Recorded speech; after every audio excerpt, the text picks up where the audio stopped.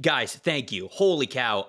I said that I felt like I underestimated the addicts. We sold out the hats like within 20 minutes of the episode dropping. We didn't even put the link on Twitter, nothing like that. For those of you that did not get a hat, we are in the process of ordering more. It's going to be a different system, so hopefully they come within 5 or 6 weeks or something like that, but we're going to be able to have more of them, and obviously we're going to have our ducks in a row now this time, and so we'll be able to get that out to you guys. But my goodness, we love you. Thank you guys so much for supporting the show. It means a ton. And to everybody who did not get a hat, we will get you a hat. I promise they will become available.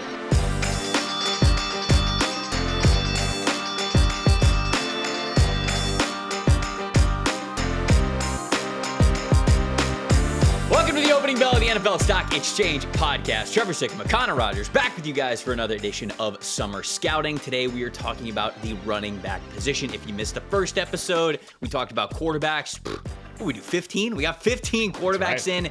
A lot of you guys were asking about some of the guys that were just outside of the top 15. We went back and forth with a lot of you guys in the comments as well. It is so good to be back talking about Summer Scouting, and we're on to the next position today. Connor, how you doing, my friend? I'm good, man. Summer rolls on. The scouting of it rolls on. It's really cool to see everybody just like the views and everything for quarterbacks. It's awesome what summer scouting has become, man. I'm so pumped, and we've been grinding through these running backs, so it's going to be a really, really fun show today. And an interesting group, because I looked back at last year, and I was like, man, like obviously Judkins was a star of summer scouting last year. Genty was a star of summer scouting last year. Amari and Hampton. And running back is one of those things, Trevor, where I feel like it's almost a contrast to quarterback, where sometimes things don't change. You can get a read on an underclassman running back and be like, that guy is awesome, and the rankings might not fall off. But then you could have an Ollie Gordon, where there are a couple guys where things change a little bit. So I'm curious to see how this group plays out throughout the season, but there's plenty of talent. Yeah, and I think for running back, it's always a really interesting exercise as we talk about these players, because you don't have to be the total package to play. You just don't. For quarterback, even the guys who are dual threat quarterbacks who bring something with their legs, so you say, okay, they have a higher floor because at the very least they'll be able to contribute to the running game kind of a thing. If you're going to start in the NFL, you've got to be able to do it all. You have to. Yeah. And I think running back in particular, there's a lot of positions where I think that you're more towards quarterback than not, but at running back, it's so specialized where you get these players and you go, okay, they're not complete in this area. Maybe they're not great at pass protection. Maybe they're not a great receiver. Maybe they don't have the best long speed, but hell, every time that you put the ball in their gut, they're going to get you 3 or 4 yards, and you can deal with that, and you're okay with that. And sometimes those dudes stick in the NFL. So it makes for very interesting conversations. It's not as star-studded as it was last year, but that's not to say you won't get players who won't be very impactful for whatever your NFL team is going to be.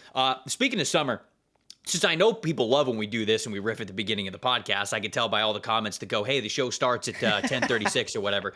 Football, 7:31. Shout out to those people. We love you as well. Thank you for watching. Truly, I'm just messing with you as you guys are messing with us. I know that. The golf game. Saw another golf picture. You post another IG story straight from the links on Tuesday. We getting better, we getting worse. Where's the? I'm going to ask you this throughout the summer, and we're going to need some progress pics here. To be fair, it would be concerning if I didn't get better with how poorly I shot the week before. I'm not going to drop a number on this show, but we got, I think, 7 strokes better to show how poorly I actually shot a week ago. And I will say the greens at this place were, the fairway and the greens were a little bit better shape. That also can help, give you a little more distance, give you a little more roll. Man, it is fun, dude. So I made the really bad habit last year, or I don't know, just fell into this, where after the draft, I played at least once a week all the way, halfway through August, because we go back for fantasy football and then football starts in September. Then I didn't pick up a club until after the draft this year. Sure. I cannot do that this year. This year I need to at least, and I'm up north, so when there's snow on the ground, you're not going to play. Can you not play up north? It just depends whenever there's snow on the ground. You can, so the thing is, I actually will like when it starts to get in the 50s, because a lot of people will just stop playing. And I don't care at all. I'll be out there. Yeah, the ground will be a little bit hard, but It'll be nice, man. It'll be nice because the summer up here, obviously, everybody's jacked up for the season and the courses are packed. So yeah, let's see. This is my road to being a not embarrassing golfer. Everybody loves those YouTube series. Like my road to being a scratch golfer. Mine is my road to being able to show my face in public at a course and not hide. I did do something really, really dumb though. I had my car keys in my pocket, like on the after the last hole, and my buddy I was playing with is an absolute lunatic. He just drives the cart like it's a go-kart race. And I'm sure they love him. Yeah, oh yeah, they love him. Like these two clubhouses hate to see your friend coming. Let me tell you, they actually literally hate to see us coming. They see the IPAs in the cooler. They see this idiot behind the wheel of the golf cart. And the keys to my car and house fell out of my pocket at some point of the drive. So I'm eating lunch, everything's fine, like ready to call it a day. And Kristen's at work. I got to get home and get Gracie out. And I'm like, oh no. It's because nowadays you can just start your car from your phone. It's not the end of the world. But I need to get into my... Not my car. Okay, well... I drive a 2002 Toyota Sequoia, baby. I actually learned this yesterday. So it's because it's the first time I've had a new car. And it was pretty shameful. I was walking with my tail between my legs when I went in the clubhouse and said, you find any car keys out there? And the woman just dangles up in front of me and starts laughing. I was like, this is pathetic. This is so pathetic. It's so funny that you talk about just like having an embarrassing score. Real quick, I promise we'll get to running backs. My father-in-law and I were playing football 824. We were playing a new course last week, and we had never played it before. It was one of the nicer courses, and we're like, hey, we haven't played it. Let's go try it out. Let's go check it out. Because in case people come into town or something, we got a nice course we could take them to, whatever. Right. So we go and we play, and they're on top of things, like the whole process of like getting ready, and they're like, okay, the tee time's at this. He's like, all right, you're not on deck, you're in the hole, and then you're on deck or whatever. And like the guy who's managing when people are going out, like he's coming up, he's checking up on us on the driving range. He's like, geez, all right. So, starters range. You could have a starter that shows his face 20 seconds and it's like, have fun, boys. Then you could have a starter. Yes, like this that walks you through every hole with a sheet of paper on top of it. And so like we were a little delayed like throughout the whole process just because I didn't even know where the range was. I didn't even know where the putting green was or whatever. So he just says to us, he's like, what's you guys' handicap? And I almost like instinctively, was like, it's a bit of a personal question, don't you think? But like I was like, I can't be rude to this guy. Like I can't mess with this guy. But that actually is. I get he's probably trying to figure out pace of play. Yes, he was. We had a couple heroes behind us that were, middle-aged guys that clearly were trying to get around in before they started their workday. Heroes? I mean, these guys were out there thinking they're on the tour. And I hadn't seen one of my best friends in a while. So I was so excited just to get out there and chop it up with him. And we don't play slow, me and him. Like we're average speed. But I'm also out there, the time of year I finally have time to breathe, and this my buddy took the day as well. I mean, these guys what is the rule on when you can actually, if somebody's hitting behind you and the ball is like 5 feet away from you, that you could actually just smash it off the course into the trees? And I didn't do that, and we just let them play ahead because you're not out there trying to start any problems, especially like you said, this was the first time we were playing at this place. It was a nice place. But man, I don't get it, the people that like, what's the point at that point where you're trying to play 18 holes in 70 minutes? It's just, it was pretty funny to me, but everybody's got their own thing. And yeah, there's a couple heroes out there that, they're trying to make the tour. Road to Scratch Golfer. There it is. Road to Not Embarrassing. We would love to hear from you guys. Let us know how the golf game's going. How drop often your you're handicap out there. in the comments. Drop the handicap in the comments. Yeah, it's a bit of a personal question, don't you think, fellas? I wish you said that to him. Kind of me too, to be honest with you. All right, last thing. What needs to get better? Driver, irons, short game, putting. Absolutely irons right now. I can't putt to save my life right now. Well, that wasn't great yesterday. I'm so that wasn't great. It's actually shocking. Like I feel like when you're younger, like because you're not as strong yet or whatever, you're like, oh, I can't wait to tee off like with the big boys and just smash the ball. Yeah. Then when you become an adult, teeing off is teeing off. You could practice that at the range very easily. Man, there's nothing worse than when you have a good tee off and you take an iron out of the club and you just whack the club right into the ground and the ball goes 30 yards. Yeah, we'll get there. I'm on fire right now with the driver and the irons. Short game's okay, hit and miss. So you're crashing out on the green? Oh, brother. We would have a lot of fun playing together. If I 3-putt, I'm sorry, I had a 4-putt 2 weeks ago. Listen. No, don't tell me it happens. I'm guilty. No. It doesn't. It doesn't. Yeah. I mean, there's a bottom 3 feeling in life is when you really underestimate the roll and your ball just refuses to stop no matter how soft you hit it, and you're just watching it tumble right off on back to the lip, and you're back to square one. And you're like, oh, cool, for this par 4, I get to write a 7 on the card. Again, sick. We're talking top 10 running backs today for the 2026 NFL draft class. By the way, podcast starts at 9:49, so there you go, guys. There you go, guys. In it. I'm just kidding. We love you. Start betting the over-unders on that. We're just oh, yeah, there we go. Somebody set the over-unders for that, and we'll and we'll have a little bit of insider trading. Make sure, whoever's nicest to us makes some money this offseason. We're going to do top 10s. We're not going to do top 15s. I watched 18 of these guys. Again, I'm trying to watch a little bit more to make sure that they are on the PFF Mock Draft Simulator once the season starts. So I'm watching a little bit more, to be honest with you. There's 4 or 5 guys on here that either just aren't ready or do not have the snaps. So what is life like being the czar of the simulator? I feel like I've noticed you taking on a little bit more on your shoulders. Like, I'm going through summer scouting. I watched 11 running backs. You watched 18. I think I watched 18 quarterbacks. I remember you watched 23? 24? 25. See? Yeah. There you go. I'm underestimating you already. And I was thinking about this the other day. I was like, I don't really envy Trevor because no matter how many times he rolls the boulder up the hill, it's always going to fall back down with a tweet at him that says, why isn't this guy in the simulator? Every single time.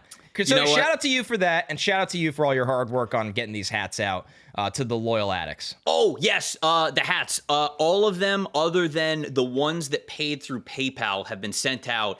I'm sorry. Again, this is on me. I didn't have the business PayPal account set up yet, and so the last week I've been having to do this to make sure that I get the payment before I'm able to send the hats off. So those should be sent by the end of the week. But other than that, all the hats should be sent out. Guys, thank you. Holy cow. I said that I felt like I underestimated the addicts. We sold out the hats within 20 minutes of the episode dropping. We didn't even put the link on Twitter, nothing like that. For those of you that did not get a hat, we are in the process of ordering more. It's going to be a different system, so hopefully they come within 5 or 6 weeks or something like that, but we're going to be able to have more of them, and obviously we're going to have our ducks in a row now this time, and so we'll be able to get that out to you guys. But my goodness, we love you. Thank you guys so much for supporting the show. It means a ton. And to everybody who did not get a hat, we will get you a hat. I promise they will become available. I even saw some people who were like, yo, bucket hats? And I don't know if we'll get bucket hats in the next shipment, but could absolutely be down the line because I love myself a good bucket hat as well. So that was a good shout out from you guys there. But yeah, look, honestly, I'm not saying this just to be a company man. I'm an NFL draft addict just like you guys are out there. I am since I have a say and the ability to change a product that we all love to use as draft addicts, I am trying to make it as good as possible. And so, which is awesome. Anytime anybody is like, "Hey, we got to get this guy on the simulator," I promise you, I'm not taking that as offense because I have not watched them yet. I'm like, "Oh, okay, somebody's shouting this player out. Let me get some eyes on him." And if I think he's legit, obviously I'll put him somewhere either high or low on the simulator. So, yeah, it's. I have the ability to change things, like you said, sort of being the czar, if you will, of the PFF Mock Draft Simulator. But it's also, I want you guys, the addicts, to feel like you have some input on a product that you guys pay a premium for and want to use. And it's not just a thing where it's hey, subscribe to PFF and then we'll take your money and that's it. I genuinely want this to feel like a premium product, it's the best product it could possibly be. And I want to make it worth you guys' money. And so I'm always trying to make that the case. Running back is one of those positions that we will be able to do that. So like we have done in the past, I think we should go 10 to 6, talk about some of those guys that we have 10 through 6, and then we'll focus a little bit more on those guys that we each have in our top 5. So Connor, I will let you go first, my friend. 10 to 6. Let's read them off. Number 10 for me is Desmond Reid, the running back from Pitt. He was originally a transfer from Western Carolina, but he played for Pitt last year. Interesting receiving back. Number 9 for me is Trey Wisner, Quintrevion Wisner at Texas. So if you watched a lot of Texas football last year, Wisner and Jaydn Ott, who's now on the Cowboys, kind of commanded that backfield and got a lot of work. Number 8 for me is going to be a really interesting player to watch this year. That's Makhi Hughes, the Oregon running back that is a transfer from Tulane. I think they have really high expectations for him at Oregon, and I saw something funny while watching him that I'm excited to break down. And then number 7 for me is actually a guy from summer scouting last year that his 2024 was unfortunately just totally burned by a high ankle sprain, but Jaydn Ott, who was at Cal and is now at Oklahoma. Yep. So Oklahoma, between getting John Mateer and Jaydn Ott in the portal, those are portal moves that the ceiling of our offense, we're just trying to max it out. Like, obviously there are lower floors as well for Mateer and Ott, but when they are at their best, they do stuff on a college football field that just, from a physical standpoint, some guys can't do. Ott is a big play machine. Obviously, Trevor, you and I had a long discussion about him during summer scouting last year. It stinks that he had that high ankle that really kind of nuked a lot of his season, but we'll break it all down. And then number 6 for me is somebody that we've talked about very recently in our early running back rankings back in the winter, and he surprisingly went back to school, Kaytron Allen from Penn State, also known as Fat Man. That is his nickname. His nickname is Fat Man.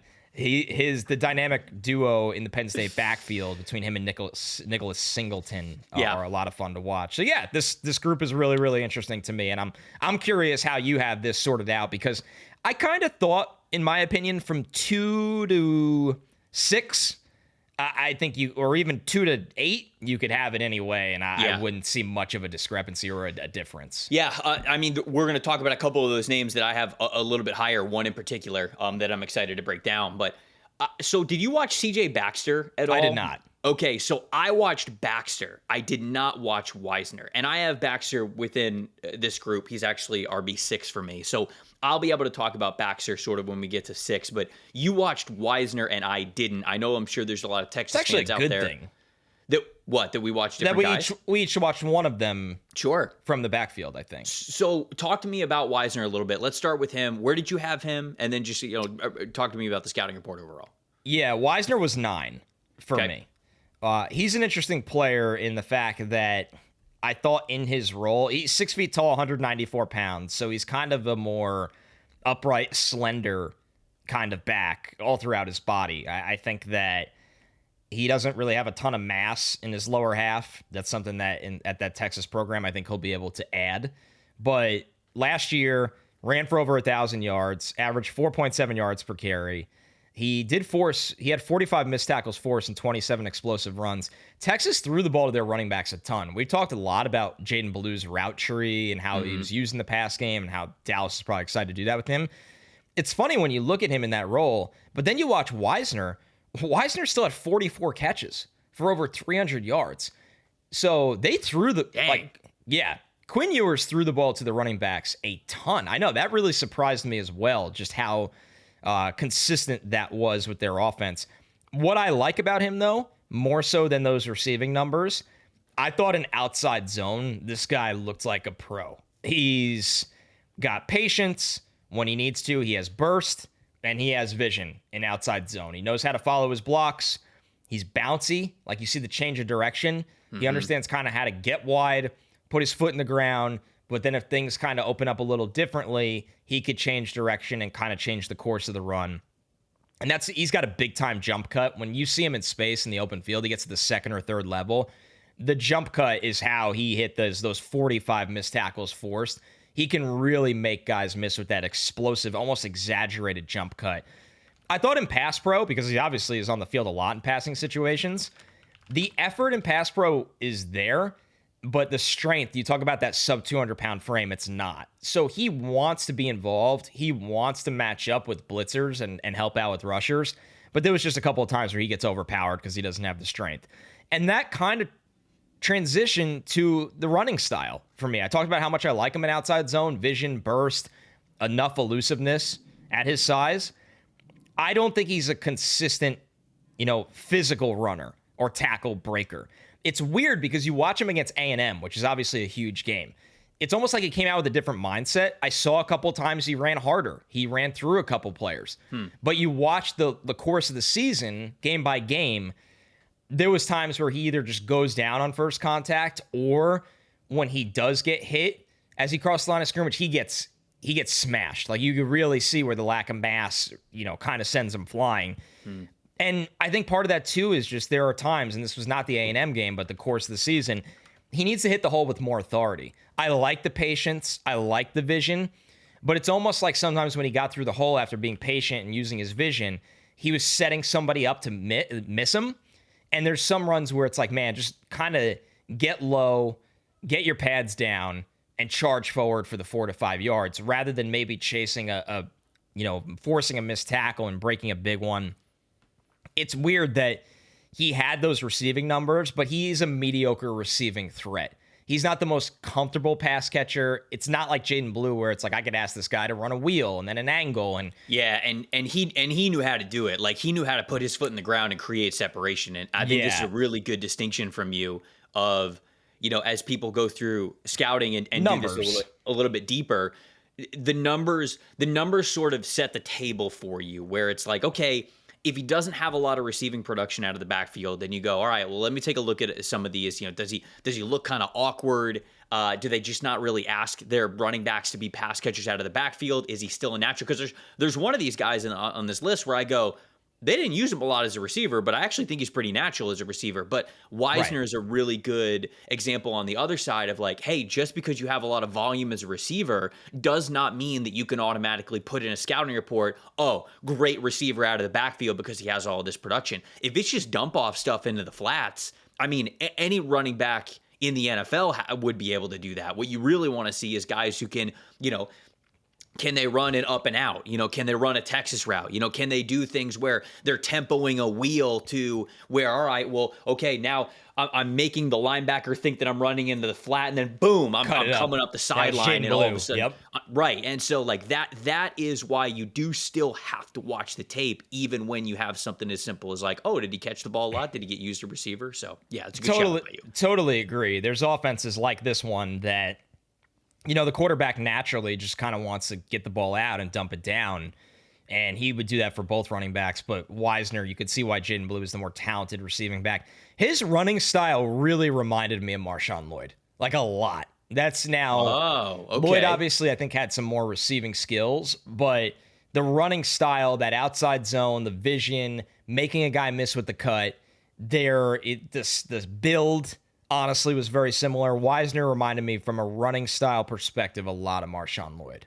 The way that you were talking about him, Tank Bigsby's a little bit bigger, but the frustration that you were talking about were like, man, I felt like I was higher on Tank Bigsby than a lot of people, because when I watched his tape, there were moments and there were games specifically where I go, dude, you're an animal. Like, you're an animal this game. You're playing through contact. You're giving it your all, like all of that. But then you would have other games where you wouldn't see that. And so I sort of bet on that upside with Tank Bigsby. Now, Bigsby's a little bit bigger. Wisner, you said, is like, what, 195, around like 195? 194, yeah. So we'll see if he had some weight, though, this offseason. Bigsby came in at 210 when he was at the combine, so obviously he's a bigger dude. But sort of that frustration of seeing it that different game to game, it can be frustrating to watch a player like that. But it's good that you shouted him out. I'll talk about CJ Baxter really quick, just so we could stick on the Texas train. He was a really big recruit, right? He was, yeah, former 5-star recruit. So CJ Baxter, full name is Cedric Baxter Jr., a.k.a. CJ, a.k.a. C4. Love that. Oh, that's gnarly. He is a true junior this season. He's about 6'1", 230 pounds. So this is a big boy. And I think he's listed at 230 now.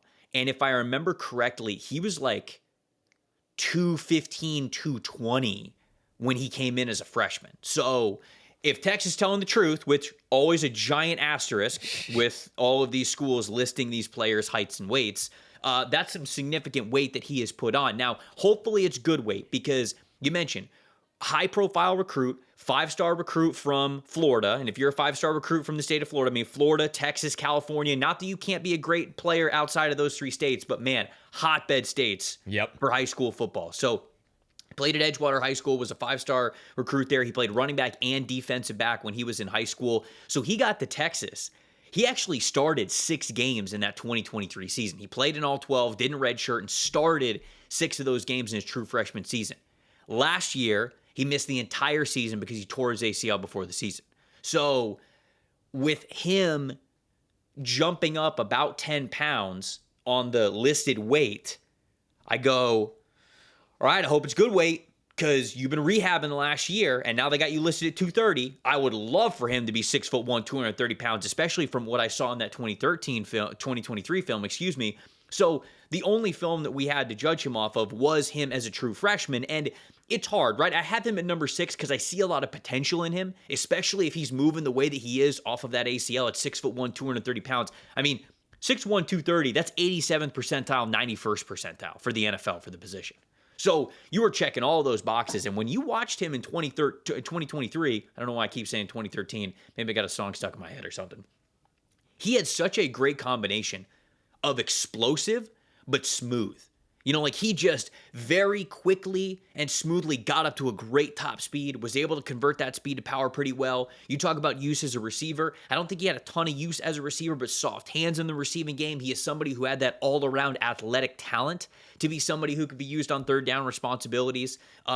Good balance. I think for a back who is over 6 feet tall, you know, sometimes you get these backs where they're over 6 feet, and if you hit them anywhere below the waist, like even if you hit them in the thigh, like boom, okay, they're going down. They're a little too top heavy, whatever it is. It's sometimes tough to have balance, and he had some pretty good balance for a player who is above 6 feet tall. So even if he's not quite 6'1", over 6 feet, that was pretty good from him. Now, the negatives on him, kind of what you would expect, is a little now we're watching true freshman tape that I'm judging him off of. A little indecisive when he's you know, facing up defenders, and it's like, okay, I've got this guy in space, you know, what am I going to do here? And he does the high school football or like the highlight reel thing where he just like, he approaches the defender, he's like chopping his feet a bunch, you know, like the hands are, you know, chugging. It's like, all right, which way am I going to go? And then all of a sudden he didn't make the move quick enough and he got tackled anyway. So it's like, just falls. All right, you didn't make the move. And you just want him to anticipate that a little bit better, be a little bit more confident when he is approaching defenders. And so that'll normally come with more reps, more time, especially judging that as just a true freshman tape. And I think that he lacks that technique and that awareness in pass protection. He's got the body frame to do it, but as a true freshman, which not many true freshmen are, he wasn't super reliable on those third down situations. He's obviously got to get back from the ACL, but from this class, you know, for last year's class, you talked about Quinshon Judkins, Travion Henderson, Omarion Hampton, Ashton Jeanty. Like, in last year's running back class, CJ Baxter's probably closer to the back end of the top 10, maybe not even making the top 10 in last year's class. But for a class that I think is really looking for players who check a lot of those NFL boxes, I've got him at number 6 because even if it's a projection with him, like, man, I love a lot of what he can at least bring to the table in what we saw from 2023. But I totally get it, and I like this call by you because you're just looking... Listen, man, we have this conversation every year, multiple times, because we rank running backs multiple times. Running back, there's nuance, and there is IQ, and there's a mental aspect and a processing aspect because it's vision and it's natural flow and a lot of things like that.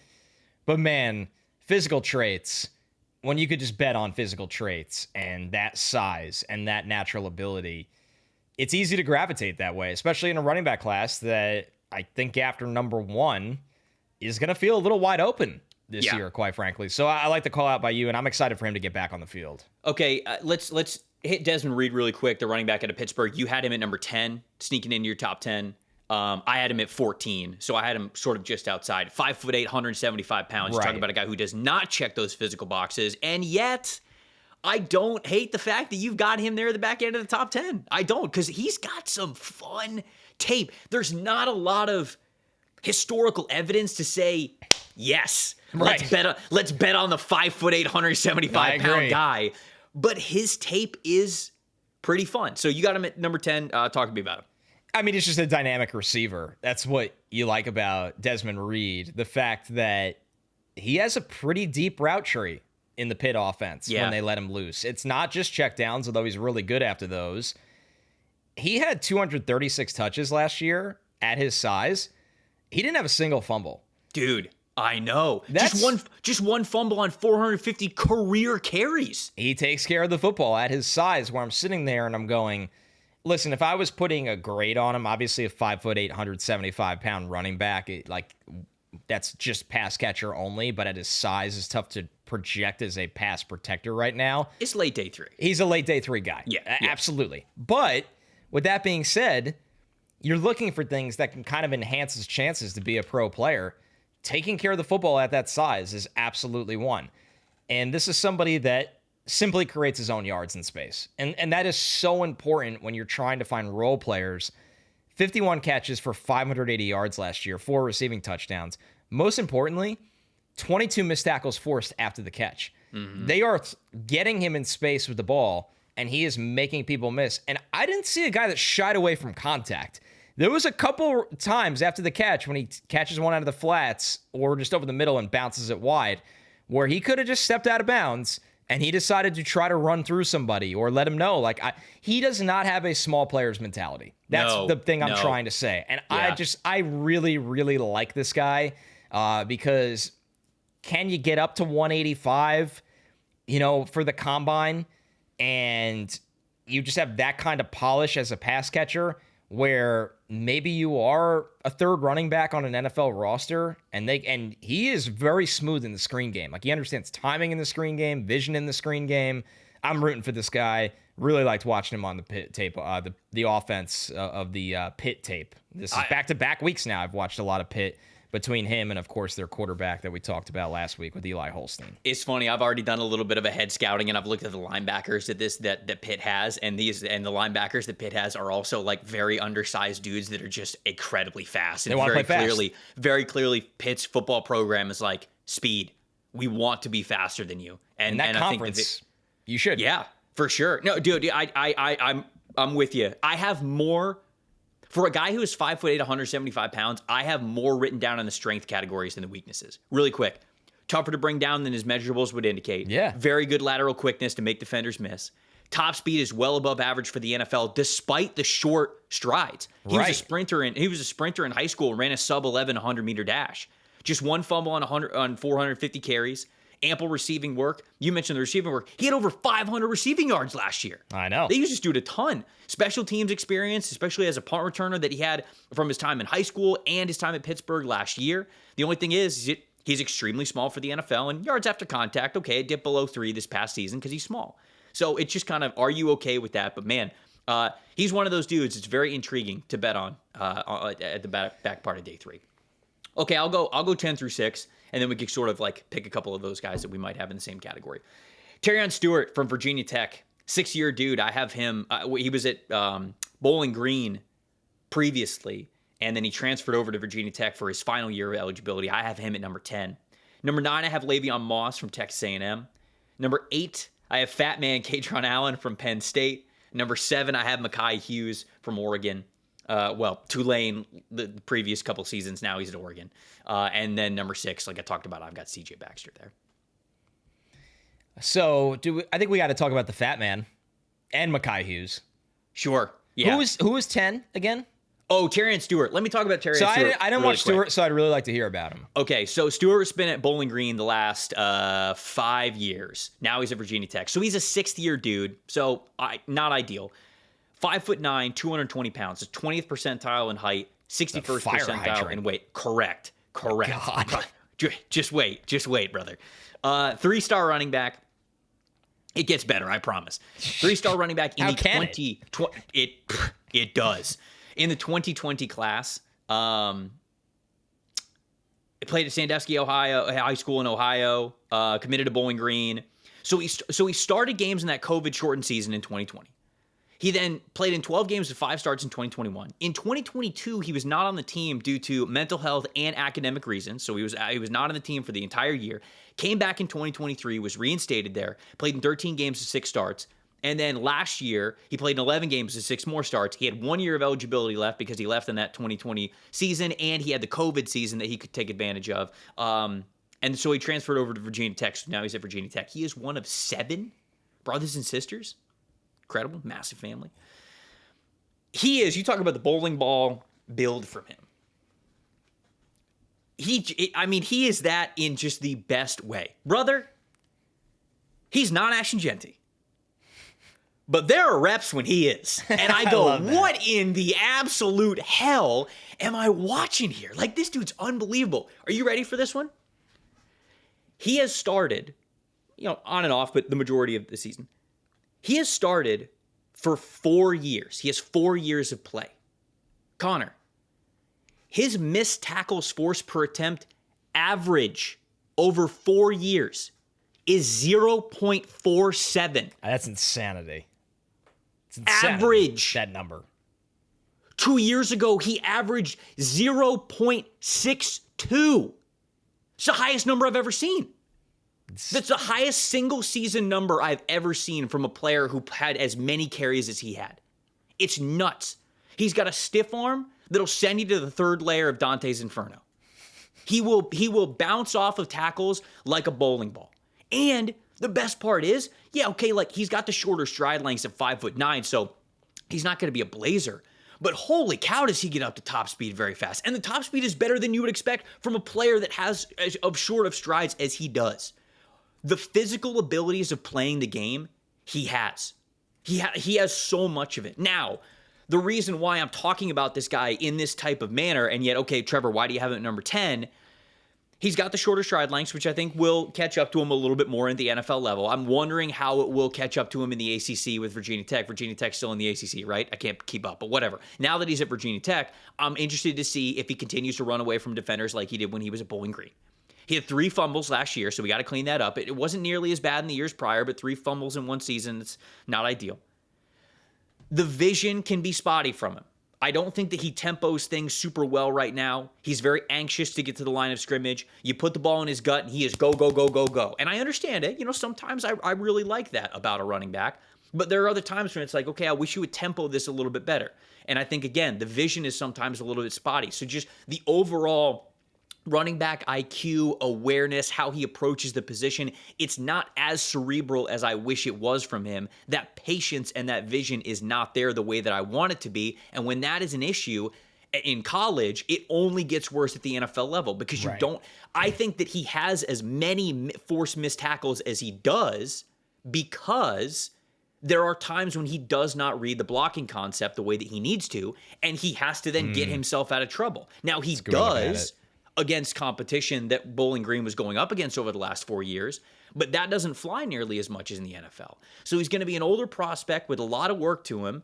I don't think he's missed a lot of time due to injury, so I don't think there's a ton of mileage or damage to him, but he's got to see the field a little bit better because when he does, my goodness, like I said, you will get reps from him when you squint and you go, is this Ashton Genty in Italy? Like, what is it? Like, am I watching high school film here? What am I doing? And, oh, man. And so there are fantastic reps from him. But there are also ones where I don't see it the way that he needs to. The pass pro ability is the same thing. Like I talked about that lack of anticipation and sort of running back IQ from him when he's got the ball in his hands. You also see that as a pass protector because I'll watch him. There's some reps where he'll approach pass pro and he'll have the hands chopping, the hands are ready. He'll have the feet chopping, ready to mirror the pass rusher. And then the pass rusher will hit a move on him badly. And I'll go, you were there. You were in fantastic position. He just didn't anticipate what the rusher was going to do. And that happened too many times. And I go, okay, there's a little bit of a parallel here where he is too much of a reactionary player instead of an anticipatory player. And right now, he at Bowling Green, he could get away with it more. Certainly not in pass pro. He was giving up some pressures. But as a running back, he could get away with it. Does he do that now at Virginia Tech? And do I think that he could be better at that part of it at the NFL? Because if he can, Connor, I'm telling you, as a runner, this guy is extremely talented. And I think that he has NFL caliber traits physically as a runner. But he's got to be able to anticipate things a little bit better when he gets the ball and without the ball.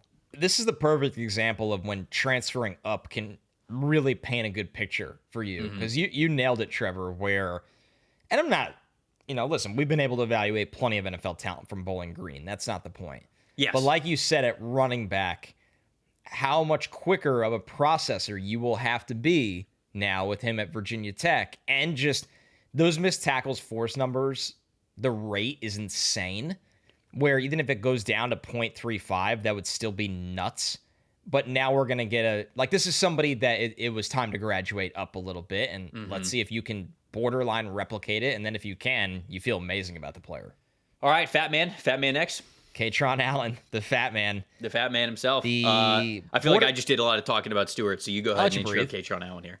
Yeah, him and Nicholas Singleton, the Penn State running backs, both went back to school, and as did Drew Aller. So Penn State obviously feeling really good about that trio because both Allen and Singleton would not only have been drafted, they would have been drafted within the first 4 rounds pretty easily. Honestly. Oh, for sure. I think Allen probably would have been a 4th-round pick. I think Singleton probably a 3rd. Yeah. Yep. So Allen, 5'11", 220. He lives up to the name, and it's not that he's fat. It's that he's just got this wide upper body, man. And it's the type of wide upper body where guys bounce off of him constantly, where he's hard to tackle around the waist or get a hand on the upper body because he's just he's truly big boned. And I know people deny that that's a thing. I have this thing where... Who denies that's a thing? So I don't know when this became a thing. My own mother denies that this is a thing. And so does my wife. So the reason why I know this is a thing is because my dog is about 105 pounds. And I just tell people, the vet always tells us she's overweight. She's a Great Pyrenees. Great Pyrenees are massive guardian dogs. They guard livestock. And yeah, she's a couple pounds overweight because of the treats she gets, but she's not obese. She's big, and I always say she's big bone. Like, she has a big ass and hips and burly stomach and thick neck. And whenever I say that, my own family pushes back against me. They go, big bone is not a thing. Yeah, it is. And I go, yes, she is. She has a big frame. Yep. Kaytron Allen is big boned, and it's 100%, beautiful. 100%. It's awesome. Yes. But what the thing is, why it's so important, or even how he maximizes being big boned, not just people falling off of him. Trevor, he's got good feet for his size. Yeah. He's got pretty good feet. He can bounce. He could surprise defenders. And the thing is, when you combine those, it allows you, when he gets momentum at the second level, he dumps defenders and I think we said this on the winter show.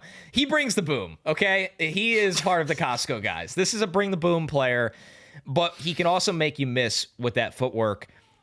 And this is somebody that he played his best football at the end of the year. He had big games in the Big Ten championship, in the playoff against SMU, in the playoff against Boise State. He's a gifted, creative runner at the line of scrimmage that turns 2 yards into 6 all the time. And NFL coaches love those guys. They love those guys. Now, I do think he gets a little bounce happy when there's traffic in front of him, where it's like, dude, you're the big brawler. You're the bring the boom guy. Just run through the line of scrimmage and let people bounce off of you. You just had this point about Terion Stewart. He does lose the track of the run, and you're like, oh, that was sick. That guy bounced off him, but it's like you should have never ran into that unblocked defender. Yeah, right. But it's awesome to watch, but it'll be a little tougher to play like that all the time at the NFL level. And then the Penn State just didn't use him in the pass game. Last year, he had 18 catches. Right. So maybe that's something that they do this year. I wrote down, I've been doing where I do synopsis in my final scouting reports. Instead, for summer scouting, I write one line that might have to do with an NFL player or a question I'm looking at going into the season to kind of enhance summer scouting a little bit. My last line for him was, this year's Damian Martinez, ? And not Damian Martinez's draft slide, which I still don't agree with. I think Martinez is a better player than where he got drafted. Where did he go? Seattle in the 6th or 7th round, better player than that. But Kaytron Allen, the same mold of player. Big, burly, good feet, creative, gifted, physical runner. I don't know necessarily what you are yet as a pass catcher and beyond. Yeah. I think a lot of outside of some third down responsibilities, like you mentioned, just really hasn't been used a lot as a receiver. Pass protection, I think he's good at it, but he needs to move his feet a little bit better. Like, there were times when I go okay, you got the frame, you got the strength, you know how to use your leverage, but there are times when he stops moving his feet, and if a rusher is not bull rushing him, if somebody tries to do a club arm over, a swim move or something, gets stuck. He just he's a little late because I think his feet aren't moving the way that they need to when he's approaches. So being a little bit more on his feet, I think could help in that area, because I do think that this is a really ideal, in my opinion, short yardage back for the NFL. Yards per contact average has been over 3 in basically his entire career. He's got a little bit more wiggle than you would expect. But the problem is that when you ask him to be more than that, when you ask him to be dynamic and really take oh, wow, okay, the blocking was fantastic, and now he's got to take this, and he's got to take the open space, and he's got to beat the linebacker or the safety to an angle to the sideline. He doesn't really do that a lot. And I also, for as much as I think he's nimble on his feet, when it comes to true change of direction stuff, he's got some stiffness to him. Now, I like the way that he's able to approach defenders and some of the vision that he has, but it's one of those things where right now, Kaytron for me is very much a what you see is what you get. And I think that is a early day 3, round 4 type of power back in a committee. And I genuinely think that he could certainly find a place on an NFL roster and be a good contributor in that regard. I don't know how much higher I could really have this player, because I think he's really limited in his top speed and his overall explosive athleticism. And that's something that I just don't think gets better. So I think that maybe he could be that maybe he could be a 3rd round type of a back if he continues to get better at pass protection. And if a team goes, man, this guy can be really great for us as a 1-2 committee, and he could be the power guy in a 1-2 committee. He could be valuable for us on 3rd downs. I could certainly see him potentially being a day 2 back in that regard. But I just didn't see a caliber athlete that goes, yes, you draft this guy in the top 100. I think he's sort of in that mid-round conversation. I would lean more towards early day 3 type of a player. But there is a high NFL floor, in my opinion, to what Kaytron Allen is. Right. I think we see him eye to eye. And I think that NFL coaches will really like him. NFL evaluators will, this is too far, but they'll kind of think, is he a dime a dozen? Can I often find this player?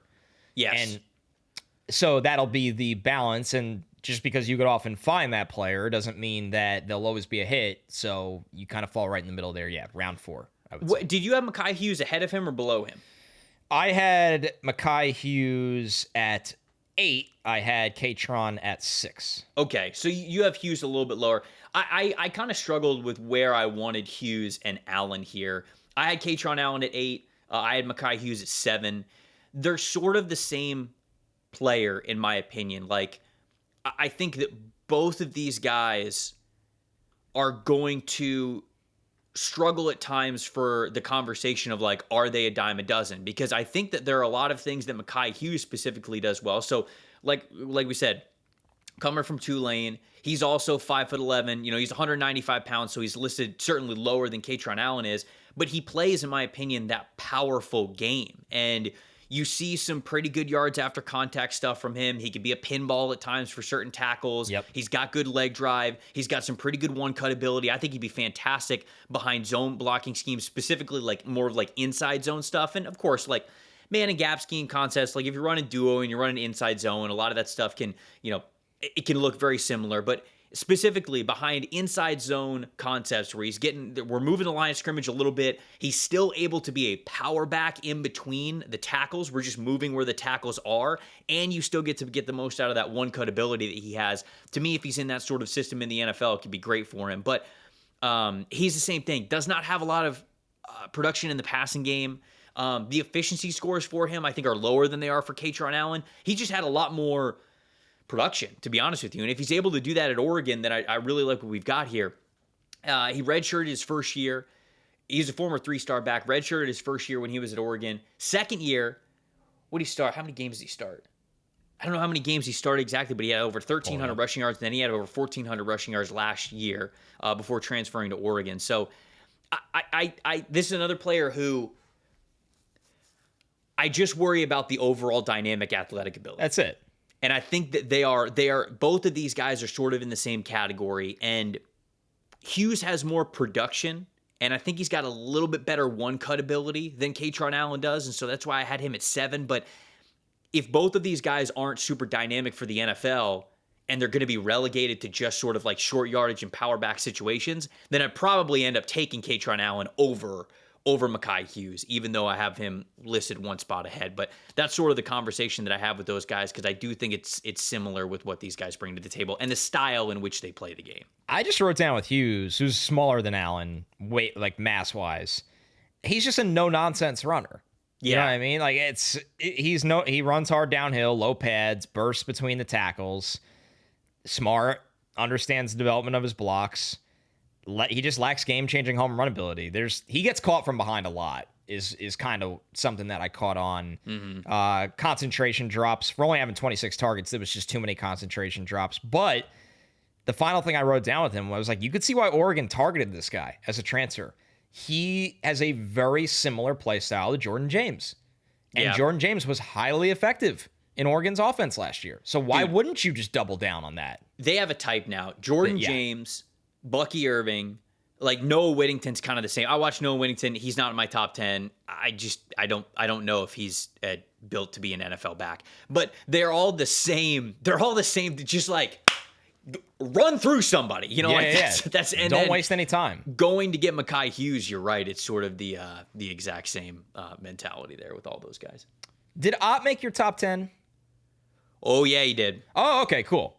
So we could wait on Ott. Yeah. Did Le'Veon Moss make your top 10? No, I didn't get to watch Moss. Oh, okay. All right. So real quick on Moss then before we get to our top fives. So Le'Veon Moss, he's now a senior at Texas A&M. Junior last year, 6 feet tall, 210 pounds. So built the way that you kind of want an NFL running back to be built. 73rd percentile in height, 41st percentile in weight. A 4-star running back from Louisiana.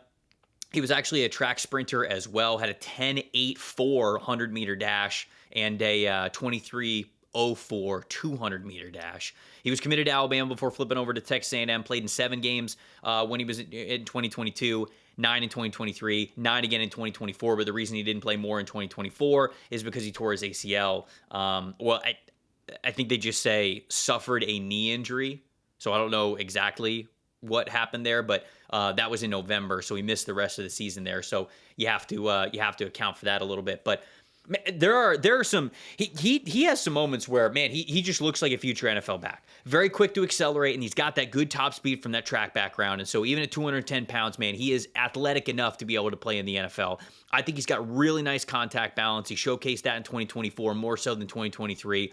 I think the pass pro grades for third down responsibilities, they've been poor over the last 2 years.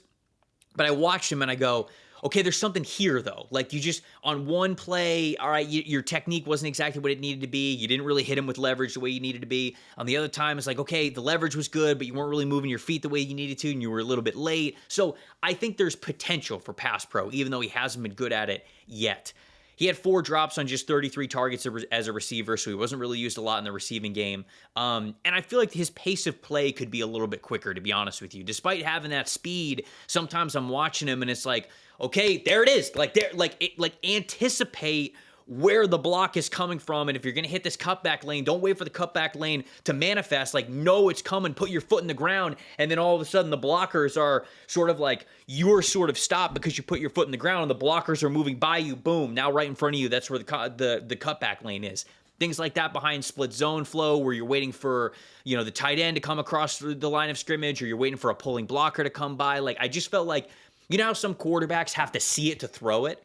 Sometimes I felt that way about Moss, where he had to see the hole in order to really put his foot in the ground. And, right, confidence in it. I would really love for him to anticipate a little bit better, because if so, I think, honestly, behind inside and outside zone, this guy could be really nice, given how good his acceleration is and how good his top speed is. So obviously he's got to come back to form from that knee injury, whatever it was, but I do think that he's got a skill set to be a good rotational back here. So I liked him a decent amount, and I think he's got some NFL ability to him.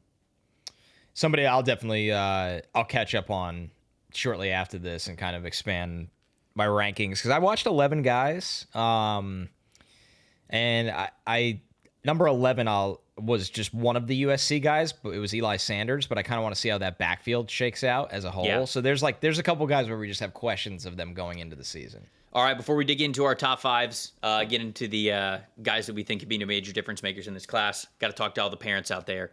what's your child's future success look like for you, right? We ask that question, I think, every single week here on this podcast, and that's because our friends over at Gerber Life, they're trying to help you be there for your kids. And it's not just right now, it's also when they're older. With a kids investment account, you can help them do things like travel the world, own their own house, start their own business, whatever that is. Fabric by Gerber Life was designed by parents for parents to make it easy to plan for and manage your family's financial path. With the kids investment account from Fabric, you can start investing in your child's future today. The whole thing is online. It's very easy to set up an account. Could take you just 5 minutes. Then you just manage your child's account, monitor those investments right from your phone. Funds can be used for anything. Like I said, when when they're older, maybe it's starting their own business, traveling the world, buying their own house. But when they're kids, it can be stuff like tutors, tuition, music classes, sports, all that good stuff there. Kids that can't invest while they're minors, but you can help them with this kids investment account.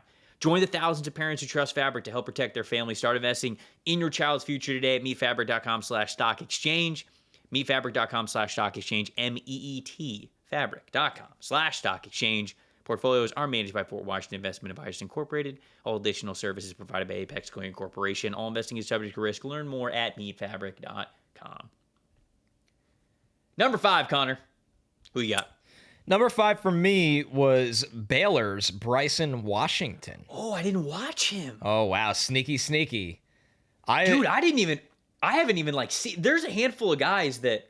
Well, this is the running back conundrum, right? There's going to be people watching this show, and you've already had a couple guys in your rankings that I didn't watch. Now I have somebody in mind that you didn't watch. There's so many starting running backs, obviously, that are productive and talented and have NFL potential.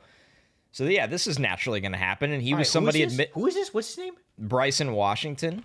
Bryson Washington. Okay. All right. Of the Baylor Bears. This was Thick neck. This is thick neck. So, what I love about Bryson Washington, who I think he's listed 6 feet tall, 203. I think he's at 210 now. He is getting bigger and stronger and runs hard and is only a redshirt sophomore.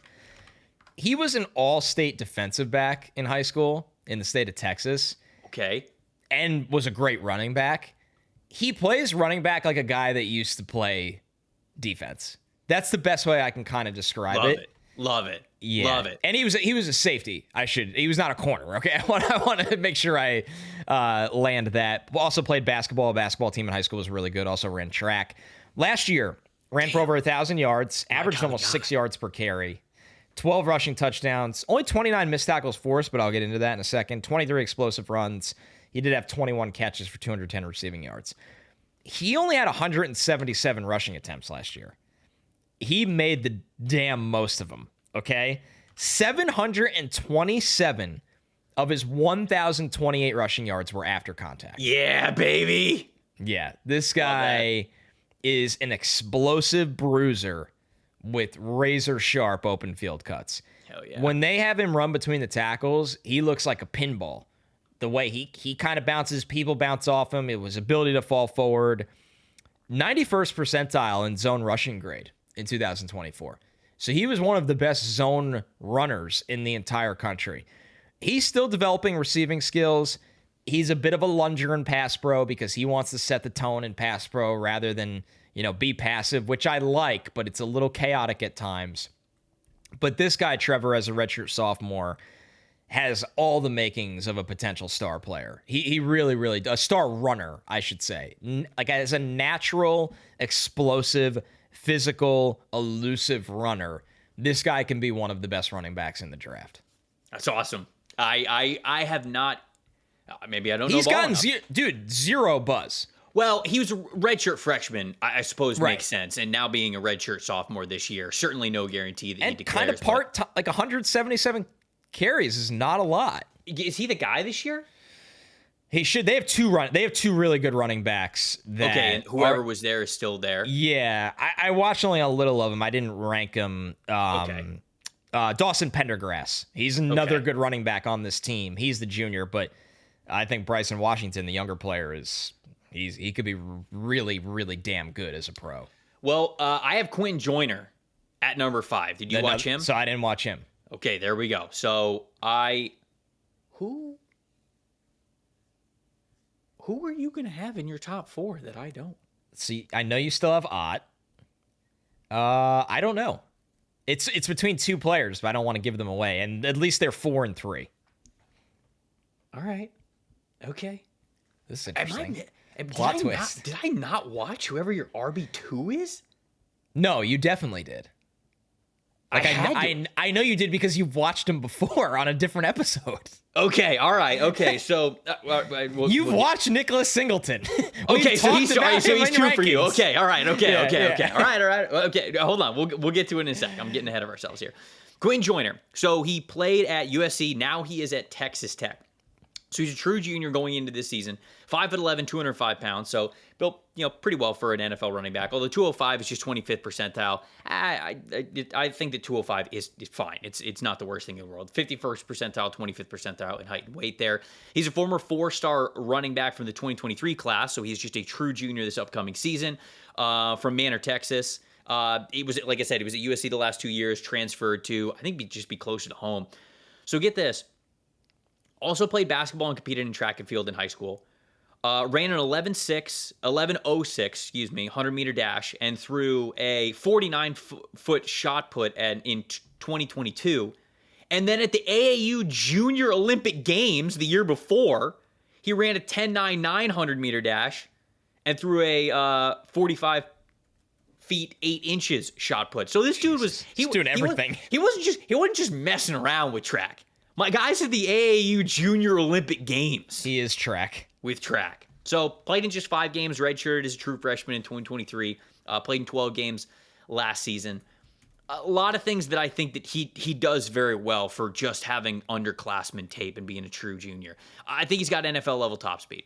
Anytime that you're around a sub 11 100-meter dash in high school, there's a good chance that you're probably checking that box. Now, that's not to say around 11 seconds in a 100-meter dash. One, it's fast for me and you. It's probably fast for anybody out there listening. But, there are other speed demons in the NFL that are faster than that. I want to make that clear, but you're still checking the box.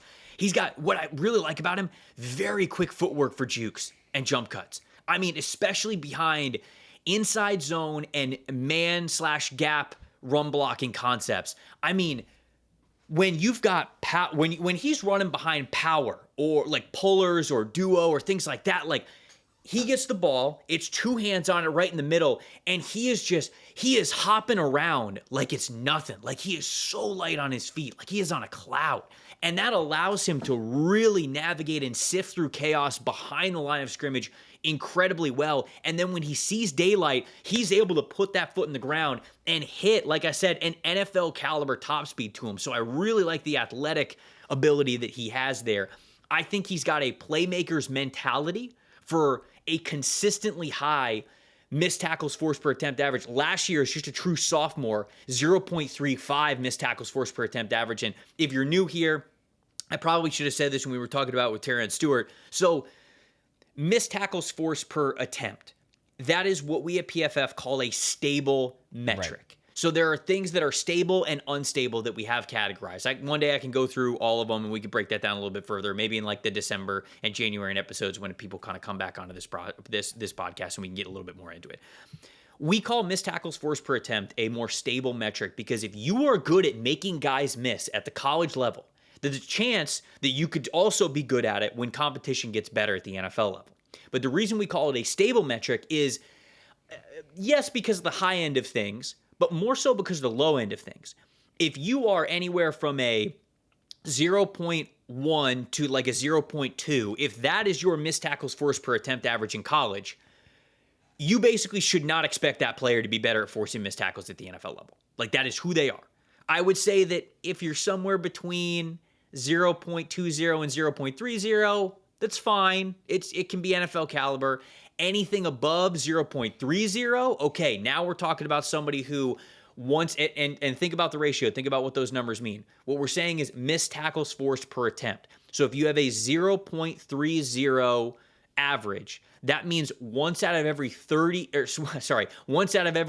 carries, you are straight up making someone miss. Whether that's you're running through the tackle and contact or you're straight up juking them and making them miss. That's a really good average. That's what we want. If you are above 0.40, you're talking about one of the best missed tackle players that we're going to have in the country that year. And if you're anywhere above 0.50, which Trey Benson was one season. I think Bijan Robinson was one season. I mentioned Terion Stewart was one season. There are so very, very few running backs that have a full carry workload that have an average that is that high. So what we're saying here with that as a stable metric, it's what we like to reference because it references how agile you are and how much of a playmaker's mentality you have to make players miss.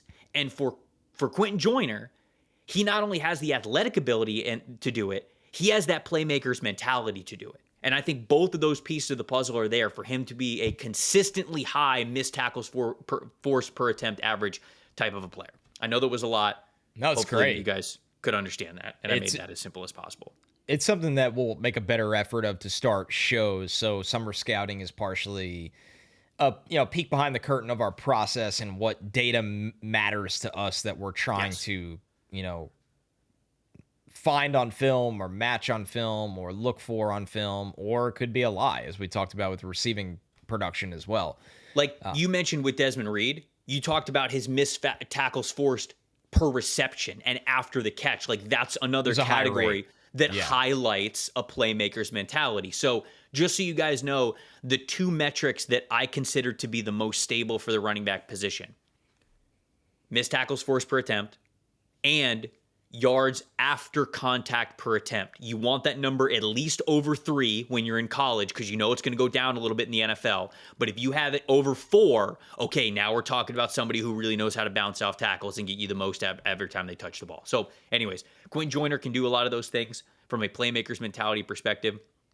I think the vision from him was good, but I think he could be a little bit more decisive in certain situations. His tape being that of just a true sophomore, it's understandable there. I think that he is on the lighter side weight-wise for an NFL back, and because of that, you see him get bullied a little bit in pass protection, so I'm not sure he's ever going to be that reliable pass-protecting type of a back for you. He seems much more like a potential receiving back, but more of an early down type of a running back, first and second down, utilizing his dynamic ability and his speed. So I'm excited to see him at Texas Tech. Texas Tech has got a really nice transfer portal class coming in this year. They should be a team that makes some noise, and I think that Quinten Joyner is a reason why. So you had Joyner at 5. I had Bryson Washington at 5. Yep. Do we move on to 4? Yeah, who do you have at 4? Did you watch Darius Taylor of Minnesota? I did. Okay. I don't like have Darius him in my Taylor. top 10. Okay. Darius Taylor, for me, is... Let me just pull up my notes here. True junior at Minnesota that has been... PJ Fleck is just obsessed with this guy, right? I had Fleck at Big Ten Media Day last year. Taylor was there as well as before his true sophomore season, which, like at Big Ten Media Days, obviously the coaches decide what 3 players they want to bring, and it's kind of a shine on their leadership and their belief in them and their representation of the program. So Darius Taylor being there before his true sophomore season just speaks to what this program thinks of this guy. Absolutely. Last year, not all rushing yards are created equal. And being a running back in the Big Ten, especially being a running back in Minnesota's program, Darius Taylor had 986 rushing yards. He averaged 4.8 yards per carry, which is not overly impressive on paper in college. I think this dude's rushing yards are created a little differently.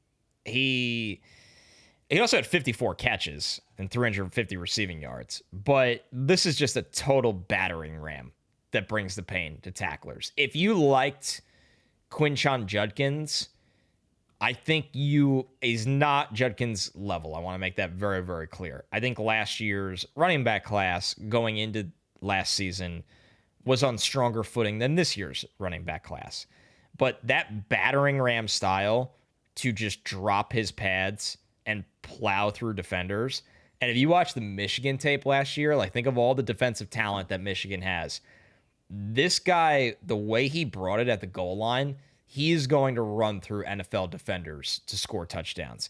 But what I love about him is for all the violence and ability to just, when it comes down to it, like football is a grown man sport, he's got really good patience in outside zone. He's got a gracefulness, I think, in outside zone that shows he can be a pretty scheme diverse running back. He's not fast. I'll be the first one to say that. Like he's not fast. Yeah. And that's, some people are just going to be out on him with the lack of overall speed. but he's a good route runner. He had some snaps in the slot and out wide last year. He only fumbled one time, and it was after a catch where he was kind of collecting himself. He does not fumble the ball off handoffs. He really reminded me of the late, unfortunately, rest in peace, Marion Barber. Just that, like, nobody can tackle me. I'm going to turn a dead play into 7 yards, and I can also have soft hands at my size to catch the ball and be a quarterback helper. And this Trevor is a little bit, now he's played more than when you had CJ Baxter in your rankings where you're projecting forward. Darius Taylor has played more because he's played since he was a true freshman, and he's only going to be a true junior this year. But I am projecting forward a monster year for Darius Taylor. Yeah, I think, man, if you believe in the NFL potential, I think that the Marion Barber comp is a pretty good one there for Darius Taylor. I had him just outside of my top 10. I actually had him at number 11. And the reason why is because, man, I agree with a lot of what you said. He's patient. He's smart. He's a hard-nosed runner. He's got good averages. He's big as hell, too. Really high workload as a wide receiver, or sorry, not just as a wide receiver, as a receiver out of the backfield.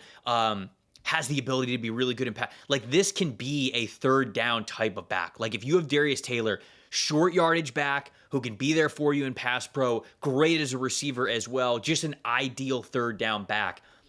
I just think he's slow. And I worry just how slow he is. Does he get lost in the NFL? And I hope that he doesn't get too lost, because I think that's a really good context that you brought up with him being chosen as sort of a leader to represent the school, even as just an underclassman, like a younger dude. Like, all that is going to go into it. I think coaches are probably going to love him because very clearly he takes attention to the detailed parts of playing the running back position. But it is a position that the reason why there is so much turnover is because you're always searching for the better athlete. You're always searching for the guy who can, when I put the ball in his hands, is he going to be able to be dynamic enough to be a major difference maker for me? I don't know if Darius Taylor has that ability. And so that's why he was outside of my top 10. But as a floor, I really do like a lot of the same things that you like. Maybe I am just a little too harsh on the athleticism. Perhaps he shows me something a little bit different this year, because I do think there can be a place for him in the NFL. I just think that at this point in time, it's more of like a day 3, very specialized type of third down type of a back. But that's why he ended up missing my top 10. But if you believe a little bit more in the athleticism, you mentioned 6 feet tall, 215 pounds, 73rd and 56th percentile there for him. Behind those power, man gap, run blocking concepts. I mean, this dude can be valuable for you. It's just a matter of how much value you think he brings. So, what do you got at 4? I have Nick Singleton at 4. Okay. I have Nick Singleton at 4. Now a senior at Penn State. Talk about a guy who checks basically every box physically and athletically that you possibly could want. 6 feet tall, 220 pounds, 73rd percentile and 61st percentile. Former 5-star running back from the state of Pennsylvania. Rushed for 116 touchdowns with over 6,300 yards in his career. Booby Miles stuff. As a senior, he rushed for over 2,000 yards with 41 rushing touchdowns, was the Gatorade Football Player of the Year in the state of Pennsylvania. He is also a track star, despite him being a giant athlete. He ran the 100 meter in sub 11 seconds, which is incredible. He ran the 200 meter in sub 23 seconds, which is incredible, and also was a member of an all-county 4x100 relay team. He chose Penn State over basically any school in the country, specifically Alabama, Notre Dame, and Ohio State, were, I believe, the ones that he was down to. Started 8 games as a true freshman, rushed for over 1,000 yards. Played in 13 games in 2023, but only rushed for 700. Played and started in 12 games last season, rushed for over 1,000 yards again. Bruce Feldman on the Freaks list from 2023. This is from 2 years ago. At 228 pounds, Singleton runs a 4.39 40-yard dash, has a 4.81 shuttle, a 10-foot broad, but also power clean 385 pounds and bench presses 425. Absolutely nuts. He's a freak, dude. Every bit of it. Every bit of the word and phrase Feldman freak is Nick Singleton here. He has all the physical gifts that you could want as a running back. Elite blend of size and strength and explosiveness, power to run through tacklers, good receiving production throughout his career. He can be light on his feet in pass protection work. Connor, the reason why he's number 4 and not a little bit higher on my list, despite all that praise there, is I don't always love the vision from him. And we're 3 now, about to be 4 years into his career, Right. and it's not like he was lightly used in high school. He was certainly used in high school as well, and here we are going into his senior season. Last year, he had just a 0.19 missed tackles forced per attempt, despite being that gifted of an athlete. And his yards after contact, despite, again, being that gifted of an athlete, below 4 at 3.6. So he's never been somebody who's been high in the efficiency numbers that are stable metrics that we have at PFF. It's lower than you would expect from a player that is as physically gifted as him. And the vision, to me, it's very straightforward. It's, okay, here's the play, here's the blocking concept, this is where I'm running the football. And sometimes, obviously, even with as physically gifted as he is, that can work. And it works plenty of times. And so when I'm sitting here, it feels like nitpicking, but I'm nitpicking because he is gifted enough to be a first-round caliber running back. But I don't think that he sees the field the way he needs to be considered a first-round running back, in my opinion. So I think that he is a day 2 type of a player right now. We'll see what the vision, the creative ability. I wish he was just more creative as a runner, because he's got the athleticism to be incredible if he was. Let's see if he enters this last year more confident, with higher awareness, higher anticipation than ever. And if we see more creativity from him, man, he's got the rest of it there. But we need to see those efficiency stable metrics go up, because that will show us that creativity is getting better from him. Totally agree on the creativity. That was the top of the weaknesses list for me, where it was not a ton of short area quickness, not going to make a ton of people miss and reaccelerate. Just that overall creativity, you'd love to see it take a jump up. But why he's number 2 for me, and he can kind of have a similar trajectory towards the NFL like Breece Hall, who went in the 2nd round, but was not a first-round running back, but there was aspects of his game that you believe can be first-round caliber. This guy just is an explosive runner. He just doesn't need to make a ton of people miss, because he has such straight line speed, and he drives his legs through these interior lanes. He's not afraid of the blue collar gains. The pass game work is everything you want to see. Blue collar gains? You like that? Brother, that's what I'm calling my next workout plan. There we go. He's the blue collar gains The today. next Bench press powerlifting deadlift plan squat. is called the blue collar gains. Barbell work only. Dude, if anybody is listening here and they're doing it during a workout, take a picture of the weights, tweet it at us. These are blue collar gains. At NFLSE Show, just say, listen to the podcast, getting some blue collar gains in. That's what we want to see, folks. I love that. For all of the Ferrari like speed, weightlifting, aesthetic, and ability that Singleton has, he also is not afraid of the dirty runs, the blue collar gains. And he carries that over to pass pro, which really mattered to me. Mm-hmm. The size and mindset, he wants to meet pass rushers, blitzers, helping with rushers with physicality that he runs with. So this to me is somebody that has been a productive football player in Penn State's offense for 3 straight seasons now. He is built every bit of a way you want an NFL running back to be built. He's a 3-down player. He's got home run hitting ability. He's got physicality. I love this player. I really, really do. I think Nick Singleton is a really, really good prospect. And I agree with you, Trevor, that he doesn't have the creativity that we saw from Jahmyr Gibbs and Bijan Robinson and Ashton Genty, that there's a reason those guys went in the first round. But in the right offense, if you give me Nicholas Singleton in the 2nd round to the Minnesota Vikings, this guy could be a top 6 to 8 running back in the NFL. I also can't read. He's number 3 for me. He's number 3. So he's actually not number 4. Reading twist. Numbers is hard. But he is number 3 for me. So he's 2 for you. Where's Jonah Coleman? Jonah Coleman is 3. Okay, all right. Jonah Coleman is 3. Jonah Coleman is 4 for me. Okay. So that's right. So we have him pretty similarly. So Jonah Coleman, Senior rusher, Washington now. Started his career at Arizona. 3-star running back.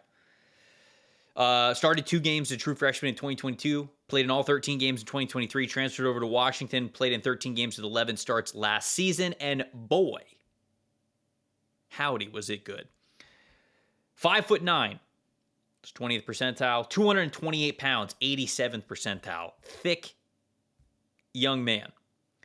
He had phenomenal efficiency scores in the stable metrics. 0.36 missed tackles forced per attempt. And throughout his career, generally very high numbers there. And the yards after contact was over 4, which you love to see. 4.3 there from Jonah Coleman.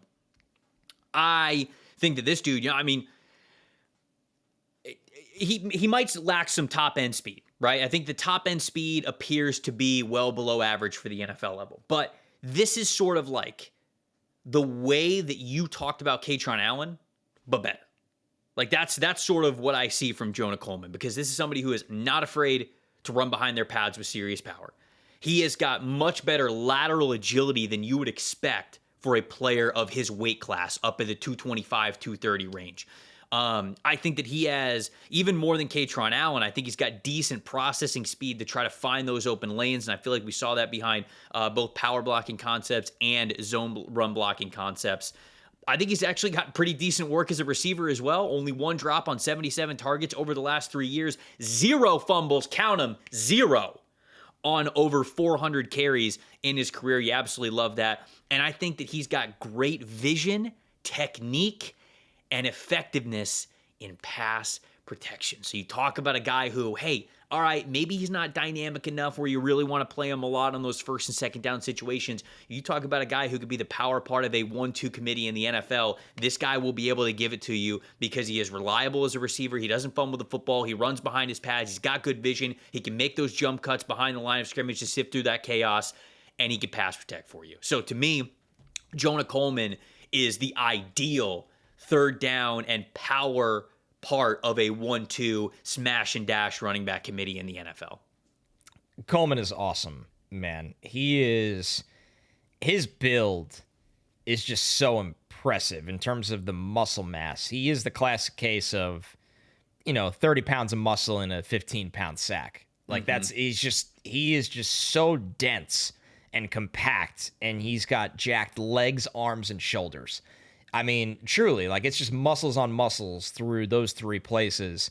And you see it play to a field where guys just don't really have an answer for him on how to, deal with his contact balance. But Trevor, the times where he just jumps over people, it's just ridiculous what this guy can do. The tap dancing feet. He's so savvy at the line of scrimmage. Yeah. That it's hard when somebody has that much power, and it doesn't take a lot of momentum for him to generate power. With Darius Taylor, I thought it was like, okay, when you get and Kaytron Allen, when they get momentum, you don't want to meet them.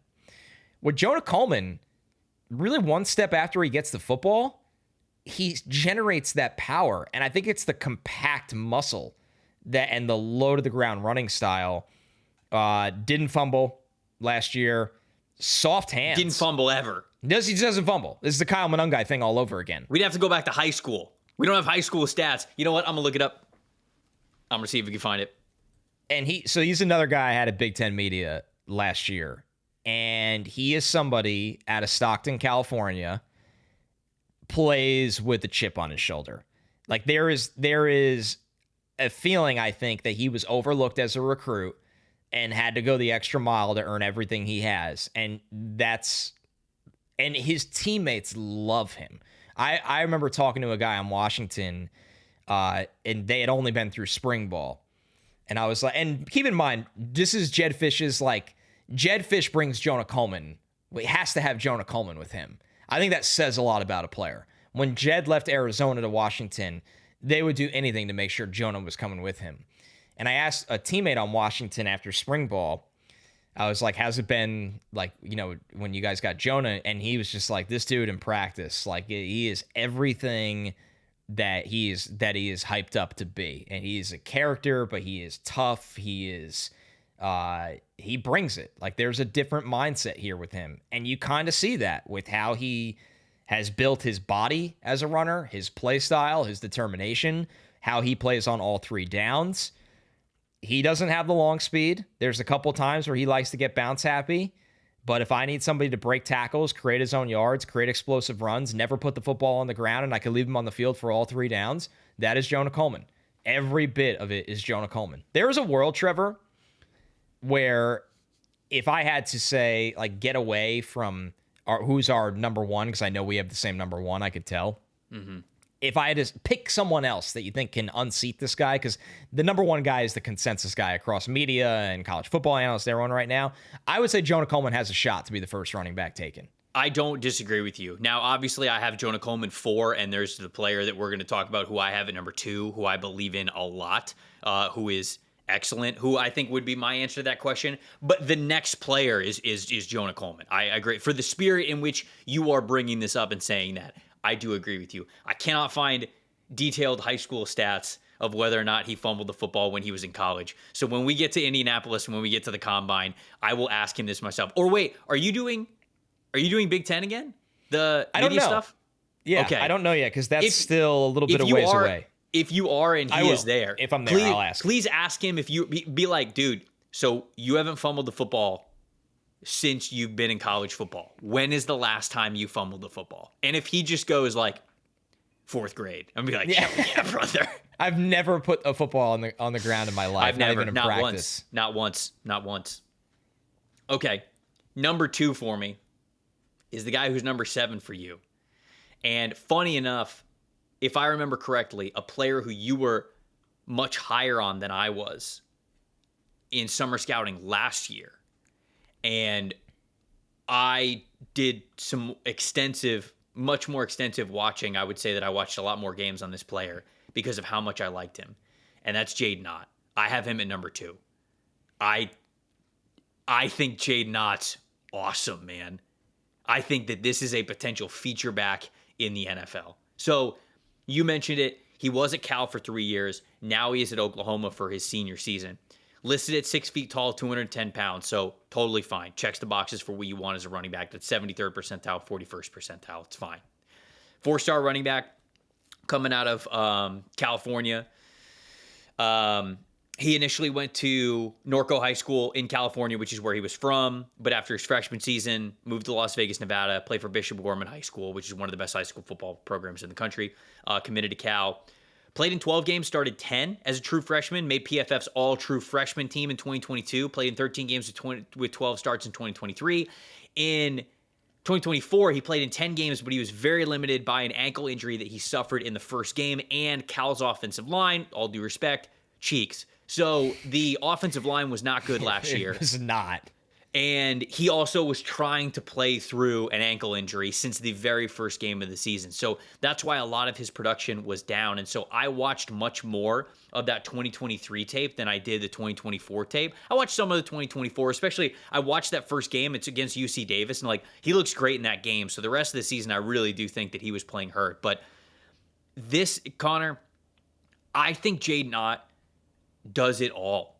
I'm not trying to say that he is a perfect running back prospect. Like, I'm not trying to say like he's Adrian Peterson or something, but I don't really know a lot of what he doesn't do well, other than that like last year wasn't good. And he obviously, a lot of his numbers, both from an efficiency and a volume perspective, were down last year, but I think there's very good context as to why.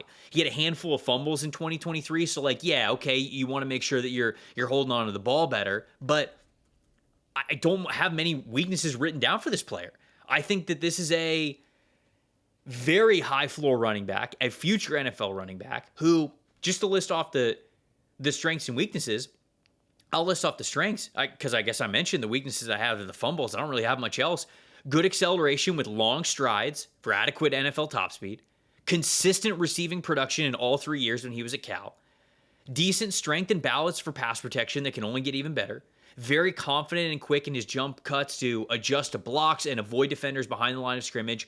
very impressive plays where he tempos his approach to reach blocks and rushing lanes with perfect timing, and seems to have a very high football IQ and does the little things well. Which hand the ball is in, how he's moving his feet in pass protection, how he is setting up defenders when he is running routes to fake him just a little bit with the shoulders to create that little subtle separation, the technique in which he is hauling the ball in to be catching the ball with two hands and then corralling it as well as he possibly can. I mentioned tempoing things, whether it was behind inside zone and seeing, okay, well, the offensive line's moving a little bit quicker than I thought. They're reaching exactly where they need to. They're reaching their landmarks. Okay, I need to speed this up a little bit.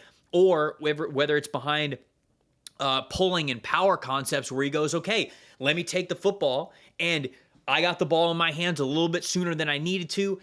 Maybe the guard is looping a little bit more than we thought that he would. Let me sort of tempo the way I'm going up here. Okay, he makes contact. He's got the block secured. Boom, now I'm putting my foot in the ground and I'm going up.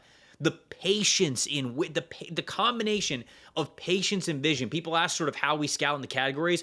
I have a bunch of different categories for every player. Normally it's around 10, and I sort of break it up in different percentages. So not every category is just an even, okay, 10 points, 10 points, 10 points, 10 points, we get to 1 out of 100. It's weighted differently for the traits that I think matter more for translating to the NFL level. Vision and patience, without question, the number one trait for me for the running back position. Because if you can see it well and anticipate it well, you can play. And I think that Jaydn Ott does that at a very good level, and he's a really good athlete. He's not a crazy elite athlete, but he is certainly a good, maybe great athlete for the NFL level, depending on how healthy he comes back and we get to see a little bit more of that explosiveness from him. But he's at least a good athlete for the NFL level. To me, he brings such a beautiful package of what you would want for the running back position as a prospect. So really excited to see him at Oklahoma. Oklahoma, please block better this year. 55.6 run blocking grade from Oklahoma last year. Come on, you got John Mateer now. You got Jaydn Ott now. Please block better. Because if you do, I think this guy's gonna make.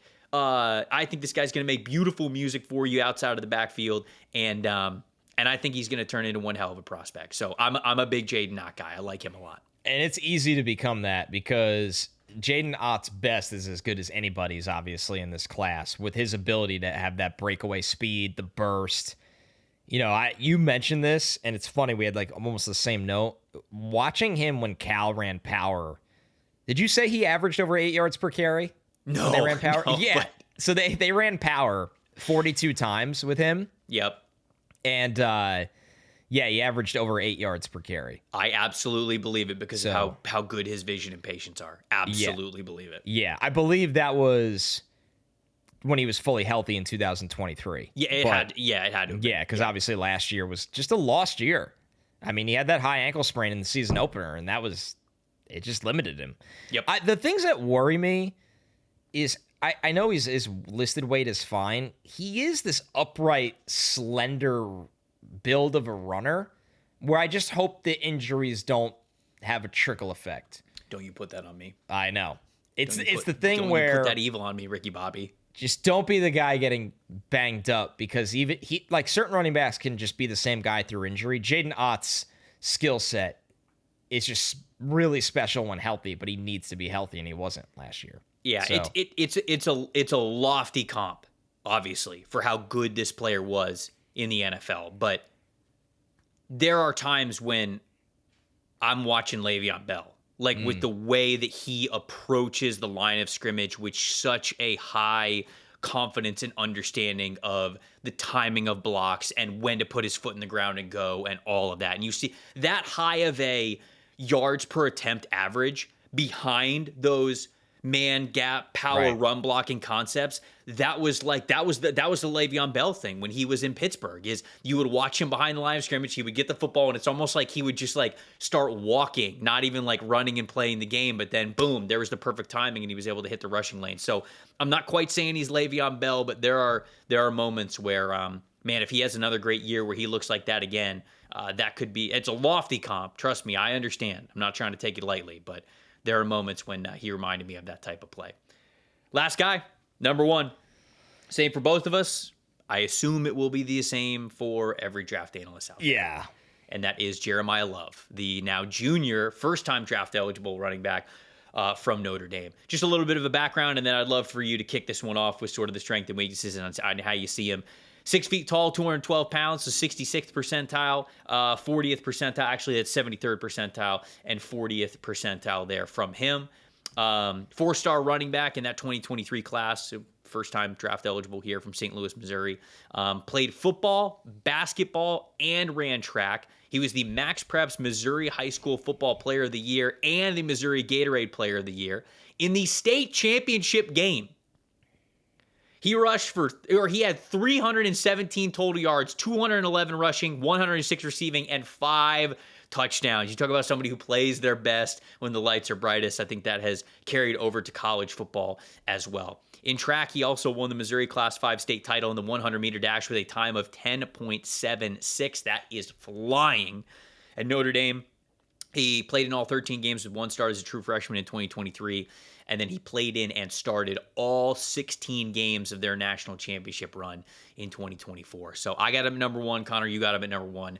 Talk to me about Jeremiyah Love. Yeah, Jeremiyah Love last year, averaging almost 7 yards per carry. So you turn on the tape and it's not hard to see why, right? There are a lot of flashes of just top-level explosive acceleration through the line of scrimmage. He is somebody that gets downhill with a purpose and churns through contact. Drives his legs. Speed to power is excellent. Exactly. The ability to convert that speed to power. And that's physical and that's a mentality. And he has both that mesh perfectly together. Trevor, when you get to see him in one-on-one situations, defenders one-on-one really just can't bring him down. You constantly need to hope for a gang tackle situation with this guy. There's not a lot of examples of Jeremiyah Love meeting somebody in the hole or getting outside in a one-on-one or in space in one-on-one, and a guy has an answer for him. Because if you hesitate, he could power through you. If you don't hesitate and you tackle with urgency, he could do everything. He can make you miss. He can run through you. He can run around you. There were just multiple plays where he cleanly clears a defender with a hurdle, and it doesn't even look hard for him. Yes. It's actually the point where sometimes he has those outside runs, and it's a dead play, and he cleanly jumps over somebody and then gets smashed. And it's like, well, the run wasn't really going anywhere anyway, but I'm impressed. Like I am impressed with this athletic ability because some guys really need to have that full momentum.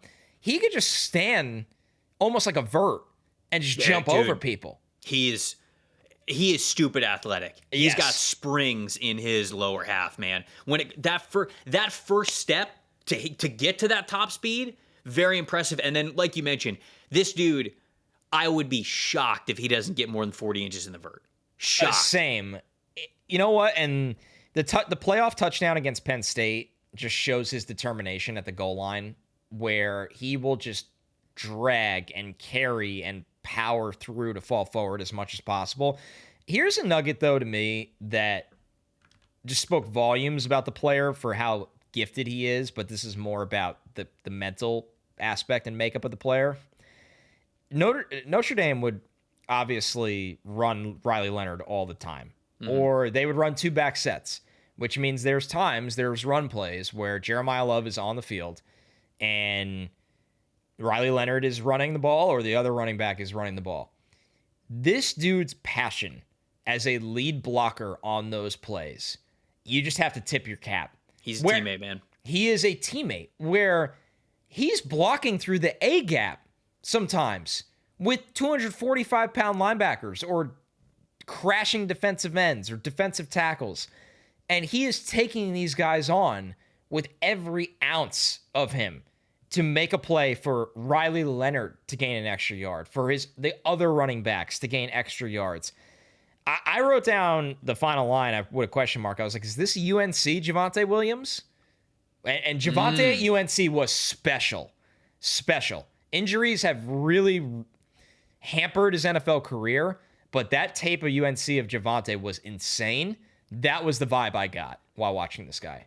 I see some Jahmyr Gibbs in him too, and obviously, like we're talking he's got about, it all, dude, and especially like the athleticism. I mean, you watch Jahmyr, and it's the same thing. Like he puts his foot in the ground, it's different. And that was the thing that was my main takeaway while watching Jeremiyah Love is I'm watching him play against some of the best teams in all of college football. Very important. And you go, yep, different. He's different. That dude's different. And I think that is, you just don't get that very often. And so he got an late first, early second round grade from me. And the only real reason why it's not like a straight up first round grade is just because, okay, like let's continue to see the work in pass protection, get a little bit more reliable, and then certainly your work as a receiver as well. Because when you bring those things to the table, who he is as a runner, it's all there for him. So another hopefully fully healthy season from him, and we'll get somebody who I think Jeremiyah Love's going to be a first-round running back when it's all said and done, because I think he's going to get better this year. So even though that's sort of my starting grade for him in summer scouting, I think that this dude's going to get talked about, and understandably so, as a first-round running back, because he brings a lot of what you would want to the table. There's some times in pass pro when I feel like he gets a little bit reckless. You know, he'll dip the head, he'll lunge his shoulder, things like that, instead of stay square with somebody. But again, he's only 210, 212 pounds, so he kind of has to make up for it a little bit with power. But the thing that is the constant takeaway, and this is why we try to give some background on you know, where they came from and their high school, how they got to this point in college, all that kinds of stuff. Jeremiyah Love wants to win. Like, Jeremiyah Love is a competitive dude. He wants to win a state championship in high school as a football player, doing everything that he can as a rusher and receiver. He wants to win a state title in track. He wants to win a national championship. He wants to have that key block for Riley Leonard that picks up the first down or the touchdown or whatever it is. Like, the dude wants to win. And anytime that you have a player who combines that competitive toughness with an athletic ceiling and then an IQ for the game the way that Jeremiyah Love does, I think that's going to spell out a first-round running back a year from now. I really Good chance. He's that good. We would love to hear from you guys. Let us know what you thought of our rankings and our conversation here with the potential 2026 running back class here that we have. Give us your own rankings. Actually, Connor, real quick, can you give us your 10-1? Just recap it here at the end of the show. Absolutely. Desmond Reid from Pitt, number 10. Number 9 is one of the Texas running backs in Trey Wisner. Number 8 is Makhi Hughes, transferring from Tulane to Oregon. Number 7 is Jaydn Ott, who has transferred from Cal to Oklahoma. Number 6 is Kaytron Allen, one of 2 Penn State running backs in these rankings. Number 5 is Baylor's running back Bryson Washington. Number 4 is Minnesota's Darius Taylor. 3 is Washington's Jonah Coleman. 2 is the other Penn State running back Nicholas Singleton. And number 1, the very, very well-earned of this ranking, as we had consensus on this, Jeremiyah Love from the Fighting Irish. Number 10, I got Terion Stewart, the running back who was at Bowling Green. Now he's at Virginia Tech. Number 9, Le'Veon Moss from Texas A&M. Number 8, got Fat Man Kaytron Allen, Penn State. 7, Makhi Hughes, who's now at Oregon. 6, CJ Baxter from Texas. 5, Quinten Joyner, who was at USC. Now he's at Texas Tech. 4, Jonah Coleman from Washington. 3, Nick Singleton from Penn State.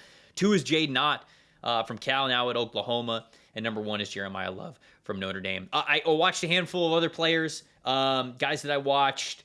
I watched Noah Whittington. I watched a little bit of Jamal Haynes. I watched Jaheim White, Mark Fletcher from Miami, a little bit of Justice Haynes, even though he's going over to Michigan because he wants more carries, so there's going to be a little bit more work for him. But any of those guys, ask some questions to those players and some other guys that we might get our eyes on over the next couple of days. If you've seen some of these players and you're like, hey, because running back, we talk about this all the time. Running back is one of those positions where Connor had a couple of guys on his list that I didn't watch, where it's like, oh, wow, okay, like I got to watch this guy. Running back, more than I feel like a lot of other positions, you guys as fans of a certain team really know if your running back is somebody that's worth mentioning or worth watching. So let us know if you have somebody that's like that as well. I saw you guys give out some of your top 3s, top 5 quarterback rankings in the comments. I would love for you to do that again, as we would always love for you to do that here. YouTube.com/@NFL Stock Exchange. If you want to hit us up on Twitter and Instagram, at Tampa Bay Trey, at Connor J. Rogers. You could also follow the show on Instagram, on Twitter, and on TikTok as well, at NFLSE Show. Hopefully you guys got the hats. Those of you who paid with PayPal, I'm figuring it out. I'm getting those out to you over the next couple of days, so those are coming. I promise they are there. Thank you for having patience with us. But Connor, anything else before we get out of here? Oh, I'm excited to keep this rolling, dude. We're in a groove now. We're in the rhythm. The week's pretty basic for me. Suck at golf and then do summer scouting. Rinse and repeat. I love it. What a beautiful summer it is. I wouldn't have it any other way. Wide receiver is the next episode, and boy, do we know that you guys love to talk about those skill position players and wide receivers. We got a handful of names that, I'm going to be honest, just a little bit of a preview here. Wide receiver one's up for grabs. And I think some people could look at that and be like, oh, great, the class is going to suck. I would not say that the class is going to suck, but I do think that it means that our rankings could very well be very different, and you guys could also have some great takes that we would love to hear from you as well. So we're going to take a look and rank some of the top wide receiver prospects for the 2026 NFL Draft. That's coming up on the next episode. For Connor Rogers, I'm Trevor Sikkema saying thank you guys so much once again for watching. We'll see you then.